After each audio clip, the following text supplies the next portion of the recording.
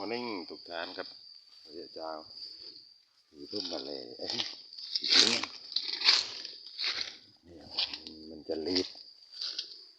ตอนนี้มันแปลกรีบแต่ลูกดีๆมันก็มีมั่งแหละลูกข้างบนเลี้ยงหยุดแดนนะแดนที่ตรงนี้แหละน้องมันขุดแค่แล้วนี่ต้องให้ปุ๋ยอ่ะทุเรียนมันก็ห้ามบางต้นห้ามทุกต้นนะมันมีตายอยู่ต้นนึงห้ามเนี่ยเรียนเนี่ยขึ้นหาหวานปุ๋ยมันไม่ตุ้มตะกี้กิ่งจะอะไรเย้ยได้ทุกซัมเมอร์กิ่งอะไรเย้ยต้นจะเตี้ยโอเคสองแบบครับ